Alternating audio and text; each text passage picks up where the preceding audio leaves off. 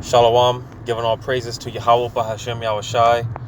Double honors to the apostles and elders of Great Millstone, Yahweh Bahashem Yahushai Brakathum, to the house of David, which consists of the hopefully elect, which we're hoping and striving to be a part of that number.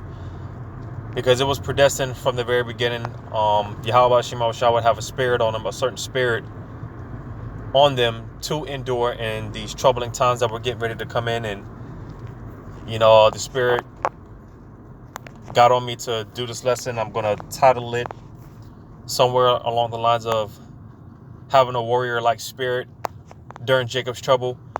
All right. Because, knowing and understanding the power that we serve, nothing's too difficult for the Lord to, when we're put in any circumstance, it's nothing for Yahweh Bashim Shai to deliver us out of that situation,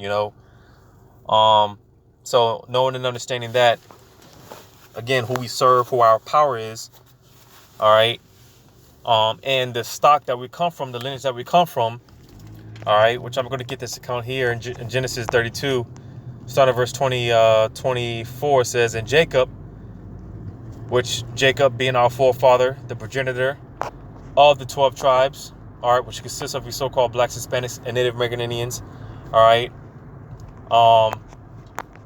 because one thing,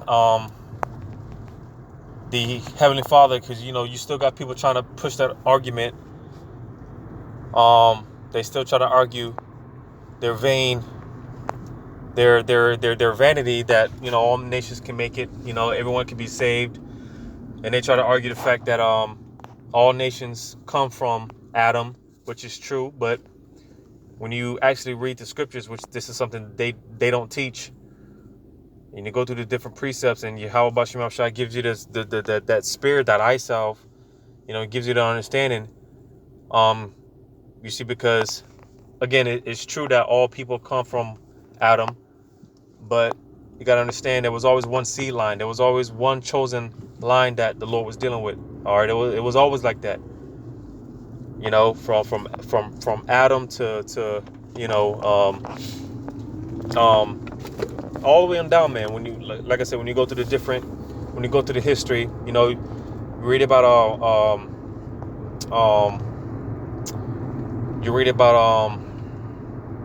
Noah. All right, after the flood, he had 3 sons, right? Who was the chosen seed line that the Lord dealt with? It was Shem, and you see, we come from that line of Shem. You read about Arphaxad, right? From Abraham, all right, from Isaac to Jacob, all right, which leads me here again dealing with Jacob, all right, because again the seed line, the covenant was always passed on. The Lord was always dealing with one seed line, all right.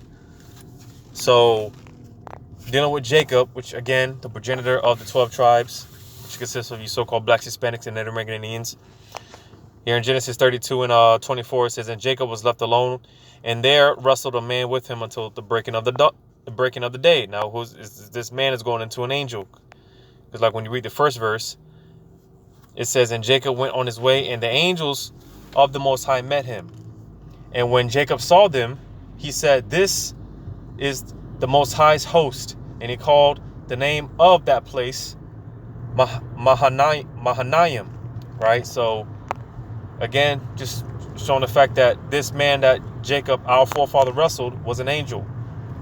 And it said, I read it again, "And Jacob was left alone. And Jacob was left alone, and there wrestled a man with him until the breaking of the day." So pretty much, Jacob wrestled this angel all night, all right, until the crack of dawn, like the saying goes, the crack of dawn, right? Which because hey, our forefather Jacob, man, pretty much he had that warrior-like, not giving in type spirit on him. And again, because this is the stock that we come from, the lineage that we come from, all right. And this is the same attitude that we got to have, man, not giving up, all right. Got to be persistent in this thing, man.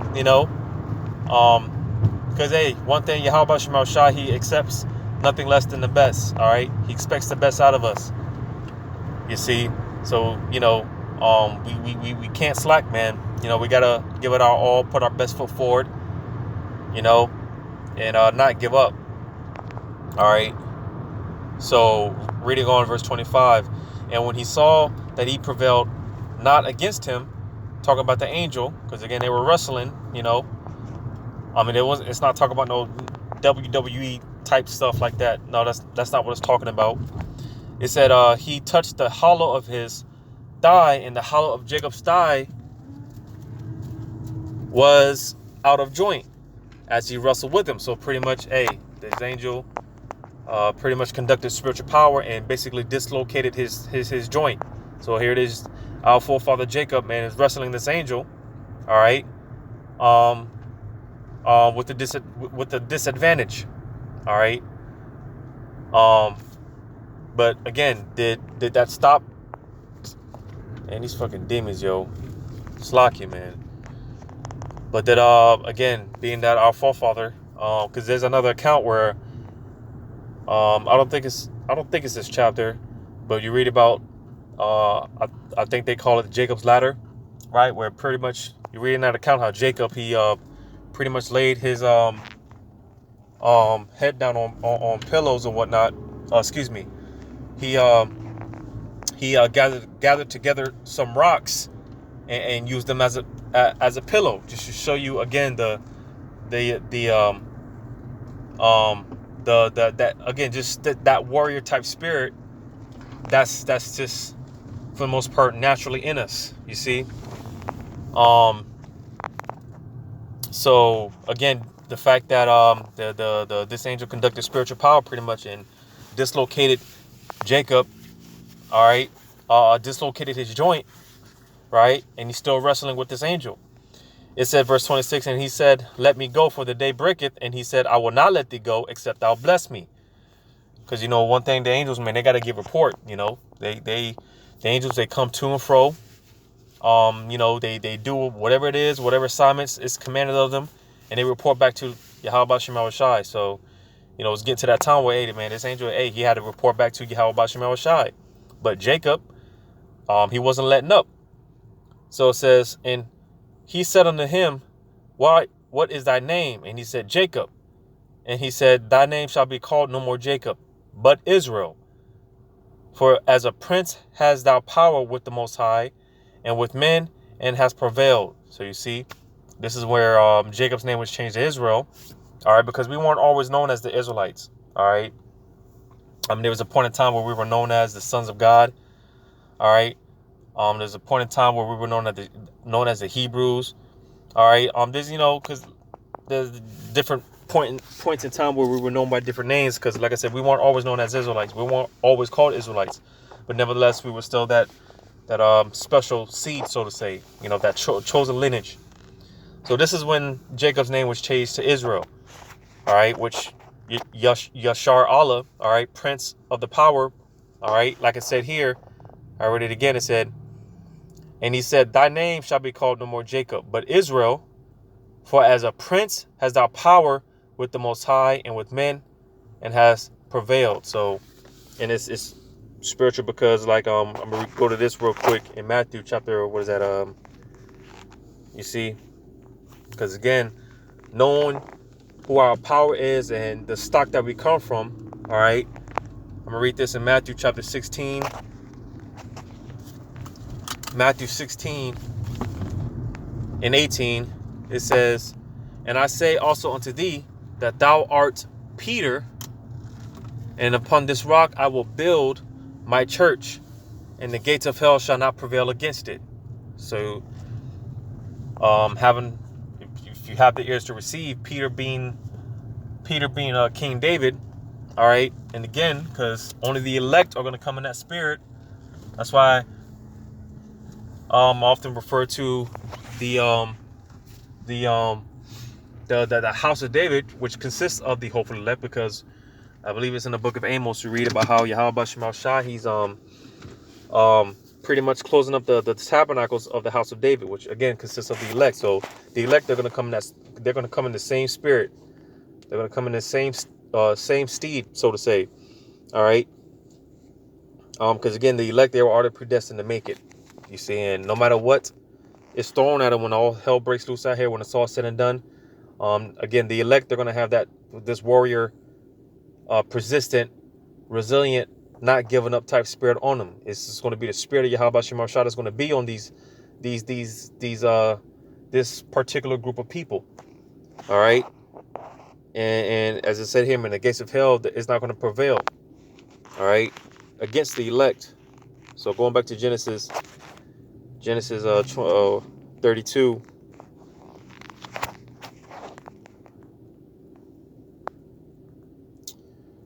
Genesis 32:28 one more time. And he said, thy name shall be called no more Jacob, but Israel. For as a prince has thou power with the Most High and with men, and has prevailed. So again, Yashar Allah, all right, prince of the power, all right. Or like I said, son of the Most High,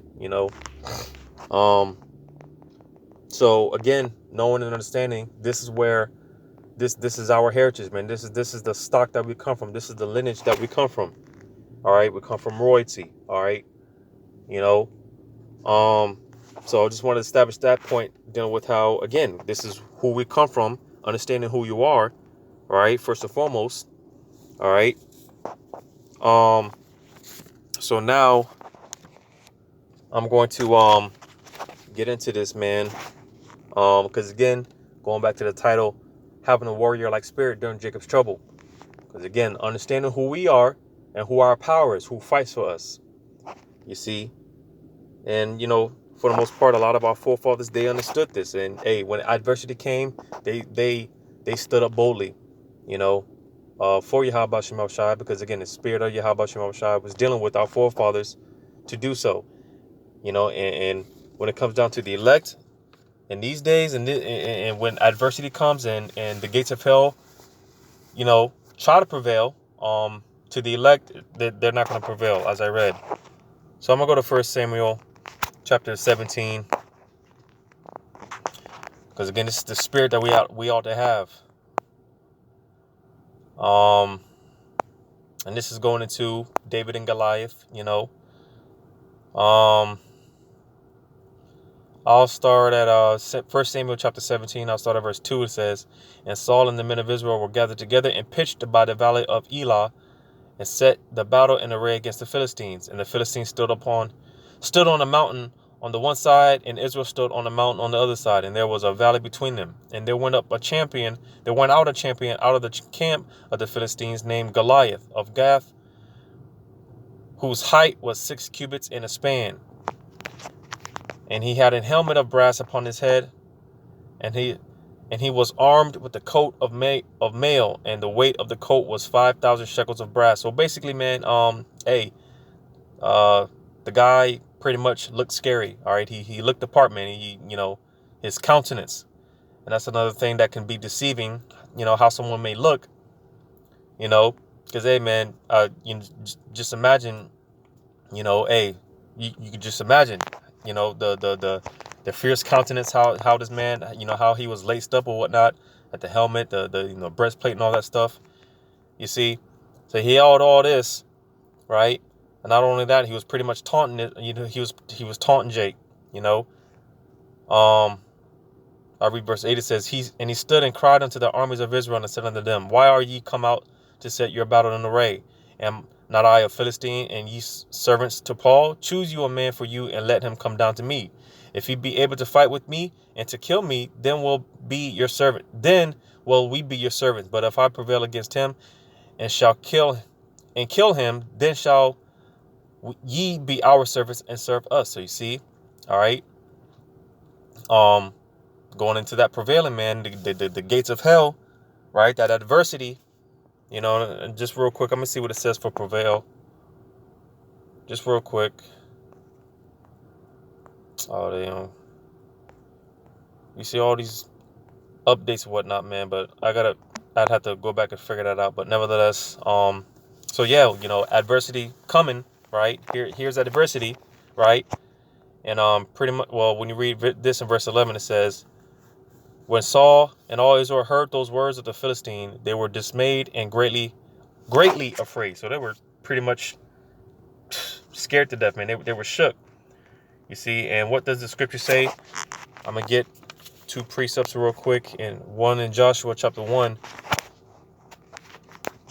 So you see, because these stories aren't written for no reason. A lot of this stuff we can go back to and learn from. And, part of what we ought to be praying for is that same spirit that our forefathers had in adversity, when affliction came, and even in time of certain death, and when things, pretty much when all odds were stacked against them, they just put their trust in Yahweh Shema Shai, because what else can you do at the end of the day?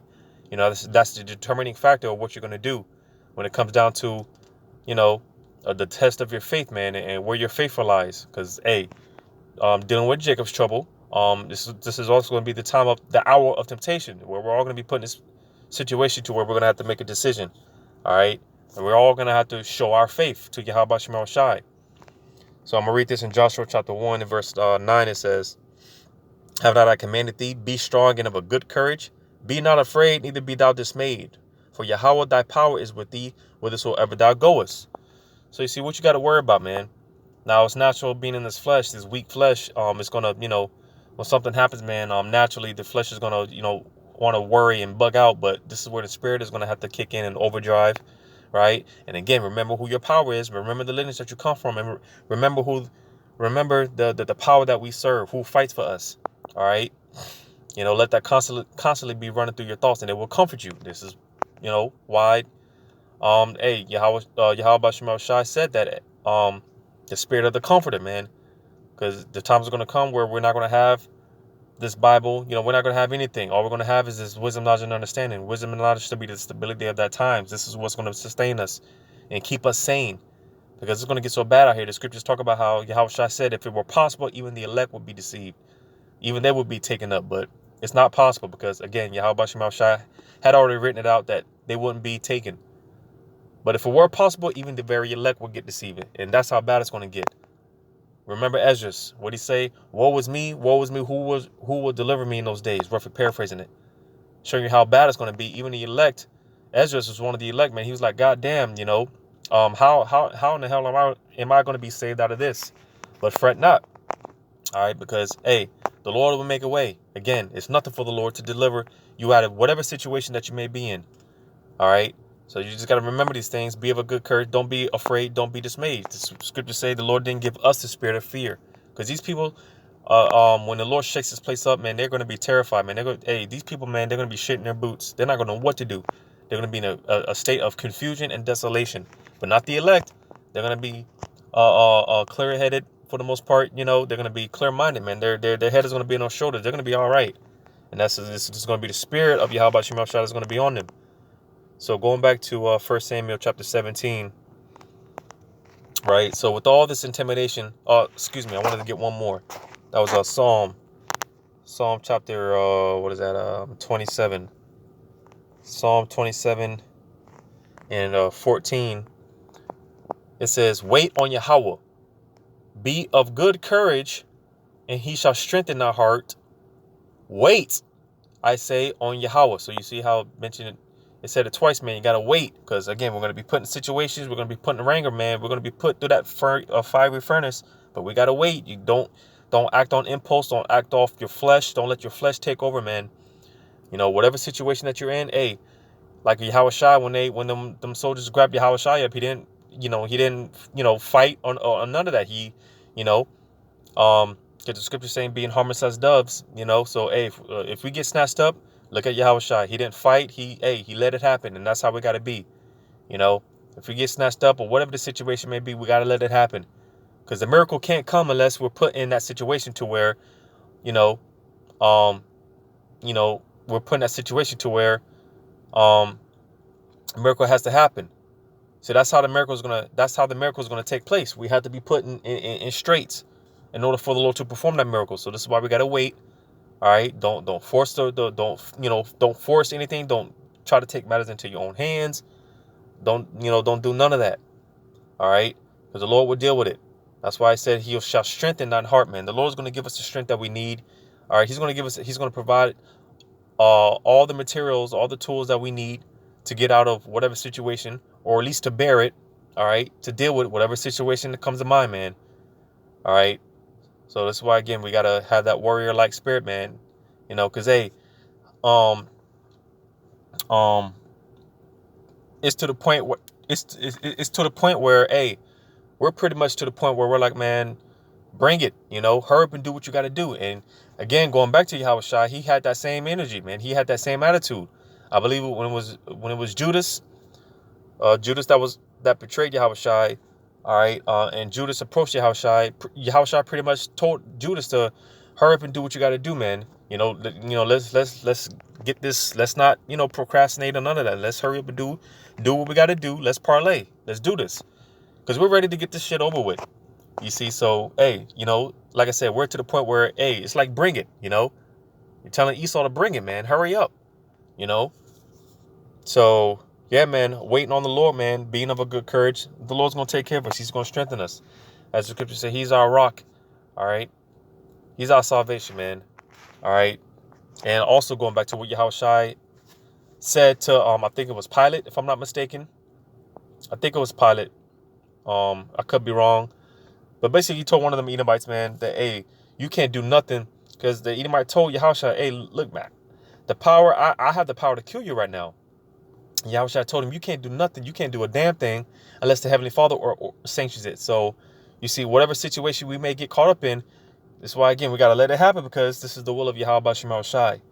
All right? And whatever befalls us, hey, the Lord is sanctioning it. So, the Lord's putting us in a situation. He can get us out of it. So, you got to believe that. You got to remember that. All right? So, going back to, where was I at? 1 Samuel, because I want to make this point dealing with this attitude, dealing with King David, because again, with all this intimidation and all this pretty much scare tactics, all right, Jake was shook, but what was the spirit of our forefather, King David, which again was Peter, if you have ears to receive. 1 Samuel 17:22, it says, and David left his carriage in the hand of the keeper of the carriage and ran into the army and came and saluted his brethren. It says, and as he talked with them, behold, there came up the champion, the Philistine of Goth, Goliath by name, out of the armies of the Philistines, and spake according to the same words. And David heard them. So he said it again, taunting Israel again. And this time, David heard it. Right. And at this time, David, he was a young man. He was roughly 11, 12 years old. He was a very young man. All right. So it says, and all the men of Israel, when they saw the man, fled from him and were sore afraid. And the men of Israel said, have ye seen this man that is come up? Surely to defy Israel is he come up. And it shall be that the man who killeth him, the king will enrich him with great riches, and will give him his daughter, and make his father's house free in Israel. And David spake to the men that stood by him, saying, what shall be done to the men that killeth this Philistine, and taketh away the reproach from Israel?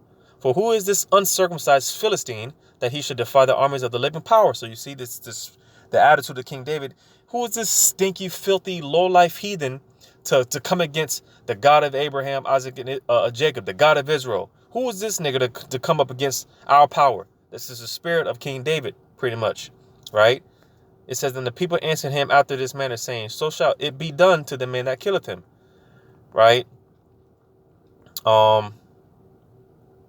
I'll jump down to verse 29. It says, and David said, what have I now done? What have I now done? Is there not a cause? And he turned from him toward another and spake after the same manner. And the people answered him again after the former manner. And when the words were heard which David spake, they rehearsed them before Saul, and he sent him. And he sent for him. And David said to Saul, let no man's heart fail because of him. Thy servant will go and fight with this Philistine. And Saul said to David, thou art not able to go against the Philistine to fight with him, for thou art but a youth, and he a man of war from his youth. So you see, like I said, David, man, he was a very young man. He was roughly around that time frame of 11, 12. And this guy Goliath, he's been fighting. He's been a man of war ever since his youth. You see. So that's why I said, man, hey, looks can be deceiving, man. Just because something looks a certain way doesn't mean that's what it is, right? And do you think that stopped King David? No, man. Again, he understood who fights for Israel. All right, he understood his flock, the lineage that he comes from.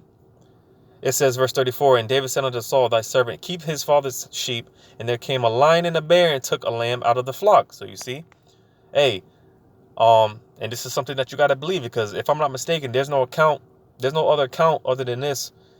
If I'm not mistaken, again, I could be wrong. There's no other account really going into King David wrestling a bear and a lion and stuff like that. Wrestling a lamb let me read that again, verse 34. And David said unto Saul, thy servant kept his father's sheep, and there came a lion and a bear and took a lamb out of the flock. And I went out after him and smote him and delivered it out of his mouth. And when he arose against me, I caught him by his beard and smote him and slew him. So you see, this is what King David did. All right. And like I said, because like I was saying, if I'm not mistaken, there's no account really going into this, story that David, what he's detailing. But you see, it all goes back to faith. Ultimately, it all goes back to faith, because I believe this took place. I believe King David did this without a shadow of a doubt, man. I believe he did this. You see, because again, man, it all goes back to faith, man. You got to have faith, right? It says, thy servant slew both the lion and the bear, and this uncircumcised Philistine shall be as one of them, seeing he hath defiled the armies of the living power. So you see, David was more offended that this Philistine is basically talking shit against the power of Israel, man, against our power. You see, that zealous spirit, man. Who's this filthy, stinking heathen? All right, running his mouth, man. I'm gonna do the same thing that I did to that when I killed that lion and that bear, man. He's gonna get the same fate. It said, David said, moreover, Yahweh that delivered me out of the paw of the lion and out of the paw of the bear, he will deliver me out of the hand of the Philistine. And Saul said unto David, go, and Yahweh will be with thee. So you see, hey, man, again, who's fighting for us, man? Who we're serving, who's fighting for us? That's what it's all about. So when you read the account, of course, know the account, hey, David, hey, he killed Goliath, but nevertheless, it's the spirit that was on King David. You see, that's the point, man. Understanding the lineage and, who fights for us, where we come from, the power of Israel. Who's like our power, man? Who can compare to Yahweh Shemal Shai? Who can say the things that we can say? Who can brag about the things that we can brag about? We're serving this one true and only living power. He fights for us. Who else can say that? You see, this is the attitude, man, that we got to have. But let me get this also in Numbers chapter 13, going into Jacob and Caleb with the report, right? Because pretty much Moses, he pretty much sent men out to spy the land. Yes, this when you read Numbers 13 and 2, it says, send down men that they may search the land of Canaan, which I give unto the children of Israel. Of every tribe of their fathers shall ye send a man, every one a rule among them. So Moses was commanded to send out men to spy out the land of Canaan, right? And he did that, right? And among those men, you had Jacob and Caleb, Joshua and Caleb, all right? Which I do believe represents the northern and the southern kingdom, right, as well, all right? Because I do believe one was from the tribe of Judah and one was from the tribe of Ephraim, if I'm not mistaken. So they both represent, both kingdoms, the northern and the southern tribes. So these men were sent out to spy the land of Canaan, and what did they see? I'll read from verse 17. It says, and Moses sent them to spy out the land of Canaan and said unto them, get you up this way southward, and go up into the mountain and see the land, what it is, and the people that dwelleth therein, whether they be strong or weak, few or many, and what the land is that they dwell in, whether it be good or bad, and what cities they be that dwell in, whether in tents or in strongholds. Right? So just getting to the point. Again, hey, these men, they spied the land out. Right? So I'll jump down to verse 25. It says, and they returned from searching of the land after 40 days, and they went and came to Moses and to Aaron and to all the congregation of the children of Israel and unto the wilderness of Paran to Kadesh, and brought back word unto them and unto all the congregation, and showed them the fruit of the land. Right? It says, and they told him and said, we came into the land whither thou sent us, and surely it flows with milk and honey. And this is the fruit of it. It was a very um fruitful plot of land. All right. They pretty much brought back some evidence. It said 28, verse 28, nevertheless, the people be strong that dwell in the land, and the cities are walled and very great. And moreover, we saw the children of Anak, and the Amalekites dwell in the land of the south, and the Hittites and the Jebusites and the Amorites dwell in the mountains, and the Canaanites dwell by the sea and by the coast of Jordan. So pretty much, again, another account where they saw this. They saw these mighty people, and pretty much how well civilized they were for the most part. And they were shook, all right, because of the countenance, because of how it appeared to be, right? So they pretty much gave a negative report. But when you read verse 30, it says, and Caleb stilled the people before Moses and said, let us go up at once and possess it, for we are all able to overcome it. So pretty much, Caleb was in that spirit. Hey, man, we can do this, y'all. What y'all talking about? Because the scriptures talk about girding up thy loins like a man. So, Caleb, he's pretty much trying to encourage, give courage to Jake, man. And we can do this, man. We can do this. It says, but the men that went up with him said, we be not able to go up against the people, for they are stronger than we. And they brought up an evil report of the land which they had searched unto the children of Israel, saying, the land through which we have gone to search it is a land that eateth up the inhabitants thereof, and all the people that we saw in it are the men of great stature.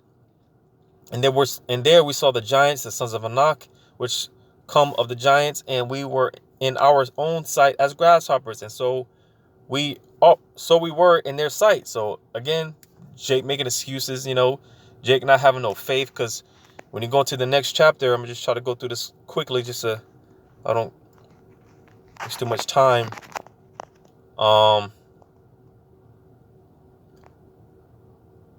I'll read verse 1, Numbers 14:1. And all the congregation lifted up their voice and cried, and the people wept that night. And all the children of Israel murmured against Moses and against Aaron. And the whole congregation said unto them, would the Most High that we had died in the land of Egypt, or would the Most High we had died in the wilderness? So basically, Jake was talking hella shit. They were crying, being a bunch of sissies, right? Just talking shit. And you see, the Lord heard all this, man. And this is why, because you read in this chapter, the Lord's telling Moses, man, how much longer am I going to suffer these niggas, man? Or they're talking shit against me, How much longer am I going to be, suffer these niggas? And the Lord said that, pretty much no one's going to make it to the promised land except Joshua and Caleb, because of their good report, because of their faith. They have faith in Yahweh Shem Shai. All right, you can read about that in this chapter. Dealing with that punishment. All right.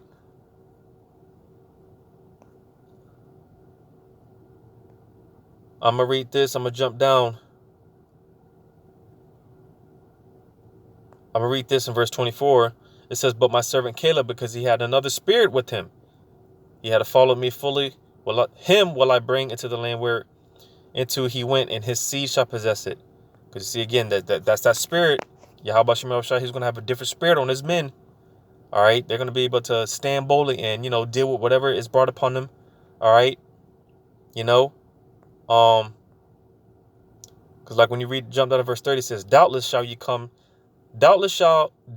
shall not come into the land concerning which I swear to make you dwell therein, save Caleb, the son of Jephunneh, and Joshua, the son of Nun. You see, they gave a good report while everyone else was complaining, talking shit. They didn't have faith. They were doubtless. All right. They didn't have faith. All right. So this is why, like I said, in this chapter, you read how, the Lord said that pretty much all Israel, they ain't going to make it to the promised land except Joshua and Caleb because of their faith. But why was that? It's because the spirit that Yahweh Shem Shai had on them. You see, because they believed, man. They trusted in their power. You see, and that's something that we can't forget, who we serve, man, who our power is and our lineage, where we come from. That's what it's all about, man. And just knowing and understanding that, the Lord's going to be with us. All right, he's going to be with the hopefully elect when it's all said and done.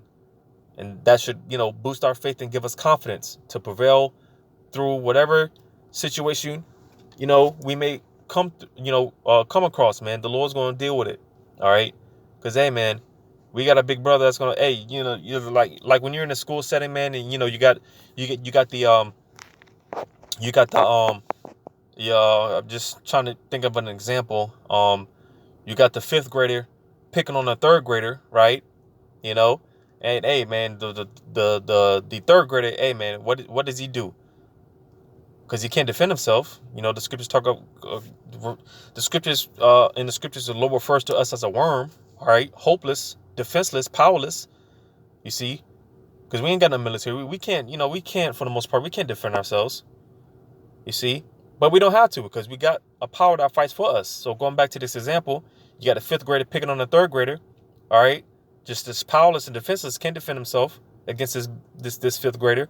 So what does that third grader do? He goes and get his big brother. All right, the seventh grader. And you see, that's, just comparing the situation, because, hey, our big brother, man, he's going to fight for us. Here it is, the enemy's getting ready to, come against us, man. And he's getting ready to do what he do. All right. So, hey, man, we ain't got to do nothing. We're going to go call our big brother, and he's going to fight our fight, man. He's going to fight for us. You see? So this is what's getting ready to happen. But again, this is something, hey, you gotta believe in it. And just remember, who we fight for, and the lineage that we come from. All right, the stock that we come from. We are sons of the living power, man. And if you truly believe that the Lord is gonna do what he said he was gonna do, all right, because when has the Lord ever lied, man? When has he ever, not when has he ever not fulfilled his word?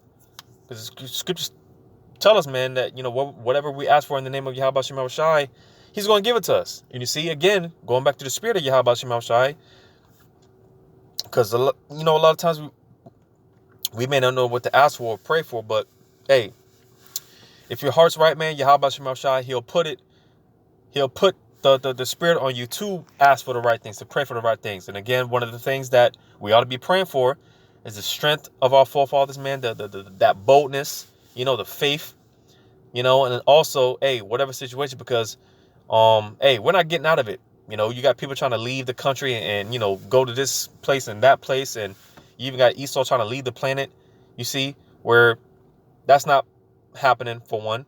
But no matter where you go, hey, Yahweh Shem Shai, hey, he's going to deal with you, man. He's going to find you. He's going to deal with you. So there's no escaping it. That's the point. All right. So the point being that, hey, facing it and dealing with it as a man. Whatever situation comes upon us, ask Yahweh Shem Shai to give us the spirit, give us the strength to deal with it as a man, as we're commanded to be. All right, girding up our loins like a man, like I mentioned earlier. You got to be asking for that type of spirit, man, that type of faith, that type of courage. Because, hey, the Lord said, he'll never leave us nor forsake us. You see? So, again, knowing the lineage that we come from, all right, and understanding who our power is, who fights for us. Just remember these things, man. And it should bring comfort, Lord's will. Should bring you comfort, right? But hopefully, this was edifying. Giving all praises to Yahweh Shem Shai. Double honors to the apostles and elders of Great Millstone. Yahweh Shem Shai, bracket thumb to the hopefully elect. Lord's willing, until next time, shalom.